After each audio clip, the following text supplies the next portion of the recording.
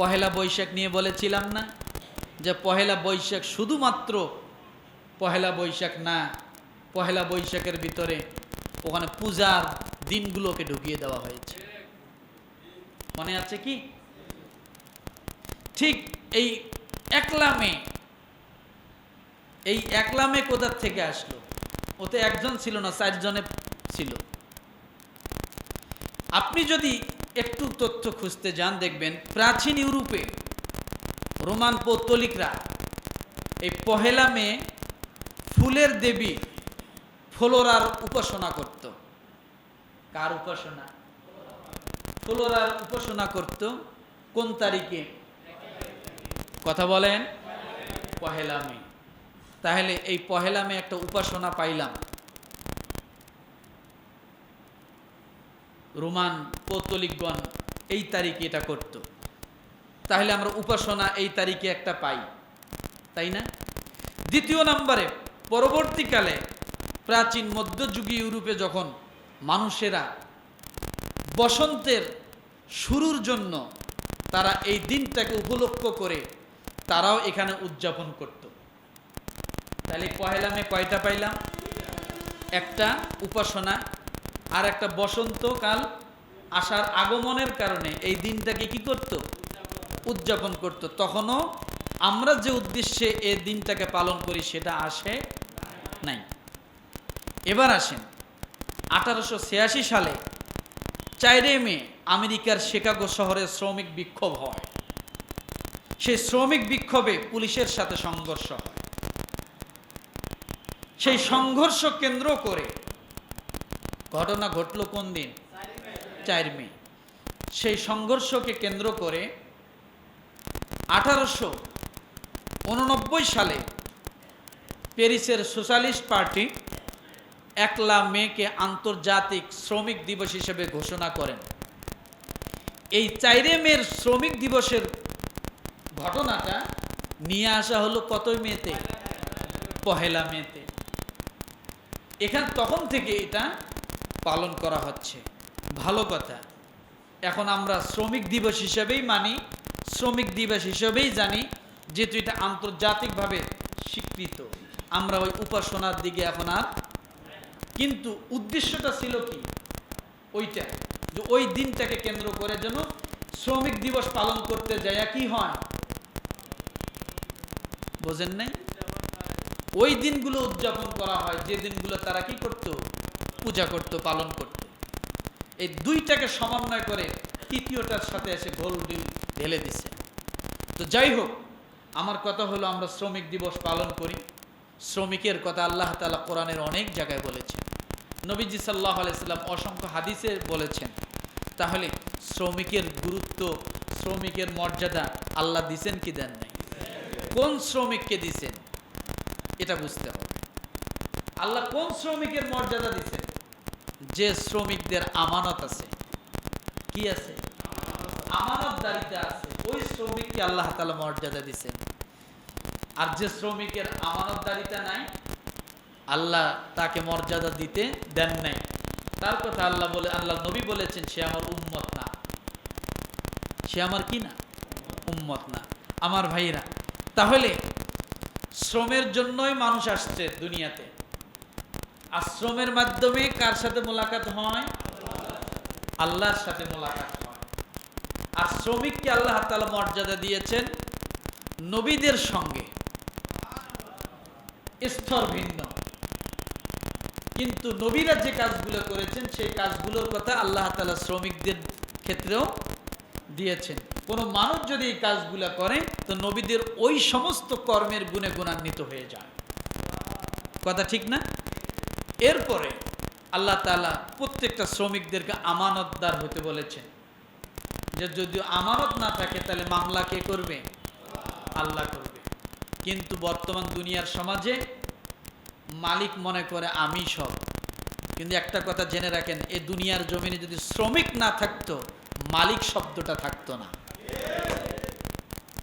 একটা কথা বলি, মাথার ব্রেনে ঢোকে কিনা দেখেন তো। ড্রাইভার যারা আছেন এখানে, গাড়ি চালান, আপনারা গাড়ির প্যাসেঞ্জার, তাই না? আচ্ছা বলেন তো, গাড়ি চলে, গাড়ির গতি বাড়ে কিসের কারণে? হ্যাঁ, ড্রাইভারের কারণে। গাড়ির গতি বাড়ে কিসের কারণে? পিকআপ মারার কারণে গাড়ির গতি বাড়ে নাকি বলে? একটা কথা জেনে রাখেন, গাড়ির গতি পিকআপ বাড়ায় না, গাড়ির গতি ড্রাইভারও বাড়ায় না। একটা মাঠ থাকবে কিনা? আরাফাতের মাঠ আছে কিনা? কিয়ামতের ময়দান যেদিন শুরু হবে, হাউজে কাউসার নামে একটা পানি থাকবে কিনা? হজে গেলে একটা স্যাম্পল হিসেবে, নমুনা হিসেবে একটা পানির নাম কি বলেন তো? চমচম পানি। আপনি যদি আখেরাতের একটা স্যাম্পল ধরেন, তাহলে আপনি হজের মধ্যে অনেক কিছু পেয়ে যাবেন। আলহামদুলিল্লাহ বলে। তাহলে হজ কি, হজ কেন, এই দুইটার উপরে কথা ছিল। আর আছে বাকি কয়টা? কে করবে, কখন করবে। আমি এই দুইটা কথা শেষের দিকে যা বলবো। আজকে আরেকটা আলোচনা মাঝখানে ঢুকাইতে হয়েছে আমাকে। সে আলোচনাটা হলো, আজকে ইংরেজি সনের কত তারিখ, কোন মাসে? এটা বিষয়ে একটা দিবস আছে কি? কি দিবস সেটা? আমরা এখানে শ্রমিকরা আছি কি না? আছি। তাহলে অবশ্যই শ্রম সম্পর্কে কিছু জেনে তারপর আমরা সামনের দিকে আগাবো, হজের বিষয় ঢুকে যাবো ইনশাআল্লাহ। ঠিক আছে?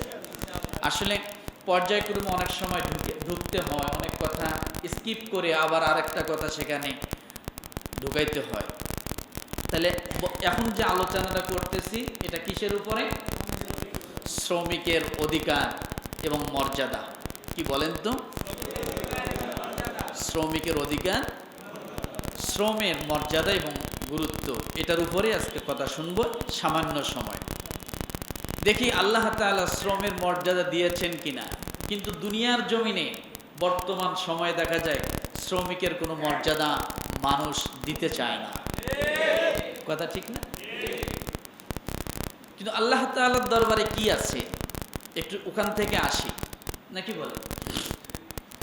আল্লাহ পাক রব্বুল আলামিন বলেন, ইয়া আইয়ুহাল ইনসানু ইন্নাকা কাদিহুন ইলা রাব্বিকা কাদহান ফামুলাকি।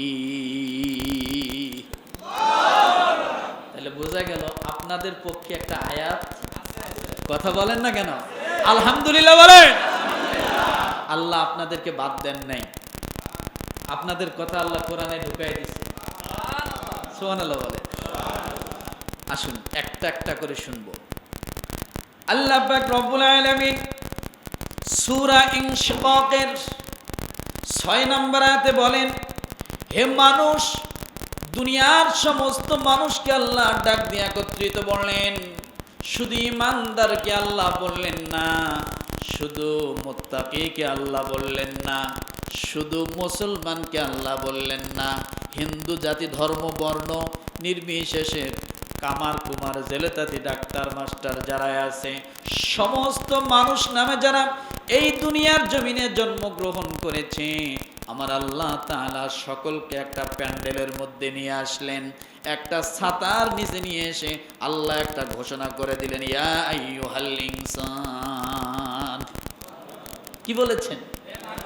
হে মানুষ। আদম আলাইহিস সালাম থেকে শুরু করে শেষ মানুষটা যিনি জন্মগ্রহণ করবে, আল্লাহ সকলকে একটা শব্দের ভিতরে নিয়ে আসছেন, ইয়া আইয়ুহাল ইনসান। এর ভিতরে আদম নবী আছে, এর ভিতরে দুনিয়ার সর্বশেষ জন্মগ্রহণ করা মানুষটাও আছে।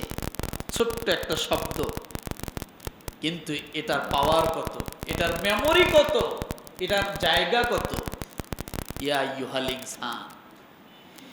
রব্বুল আলামিন ডাক দিয়ে বলেন, তুমি নিজ প্রতিপালকের কাছে মুলাকাত না করা পর্যন্ত নিরবচ্ছিন্নভাবে তুমি পরিশ্রম করে যাও। কি করে যাও? পরিশ্রম করে যাও। আল্লাহ বলেন, ও দুনিয়ার মানুষ, আমি আল্লাহ তাআলার সঙ্গে মোলাকাত যদি করতে চাও, মুসাফা যদি করতে চাও, দেখ